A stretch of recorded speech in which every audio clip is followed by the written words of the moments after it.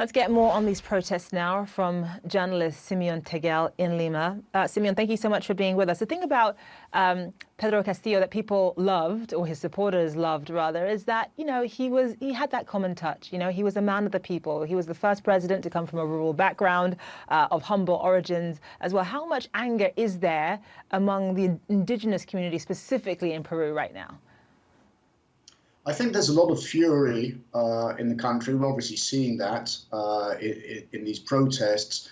I think it's not just about Pedro Castillo himself, but rather what he represents. As president, he proved to be really very corrupt and inept, and just really pretty much forgot all the promises he made on the campaign that got him elected.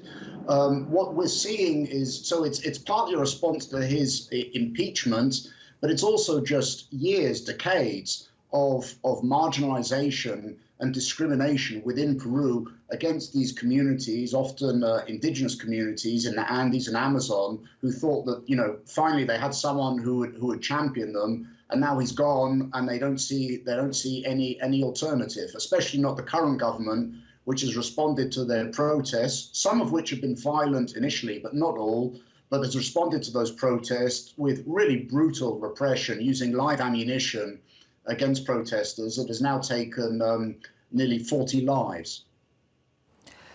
And when you think about what a lot of the protesters want, they want elections, they want them as soon as possible. Dina Boluarte supports the idea of having elections in 2024, moving them up from 2026. But if a lot of these supporters, if these protesters don't get elections right now, as soon as possible, then what happens to this country?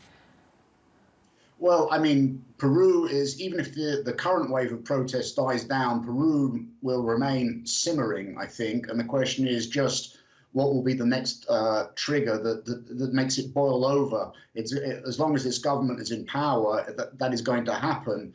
The other part of the problem is that Peru really badly needs political reforms, and those need to happen before the next election, which is why having it in 2024, if that's possible, although the situation is becoming increasingly untenable, would be better than having them in a few months' time. We have a closed political system here in Peru with about a dozen parties which are controlled by individuals who basically nominate candidates personally rather than having primaries, and are blocking new parties from registering.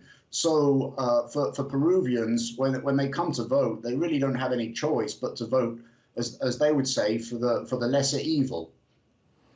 And in terms of compromise, I mean, you talk about political reforms that are needed, but in terms of, the standoff between security forces and protesters, where is the compromise? I mean, President Dina Boluarte has come out and said she's going to move elections up, as in 2024 as opposed to 2026. And then also this idea of, she supports the idea of launching an investigation into security forces. That's certainly not what the protesters want. Just overall, they want elections to happen as soon as possible, but it is a step in the right direction in terms of meeting their demands ever so slightly. Is there room for compromise here?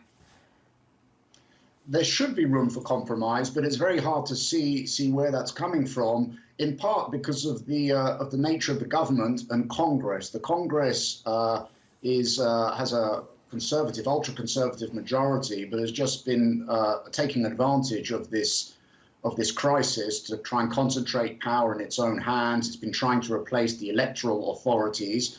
And the government is, many of the government ministers are really not very skillful or experienced politicians, starting with Dina Boluarte.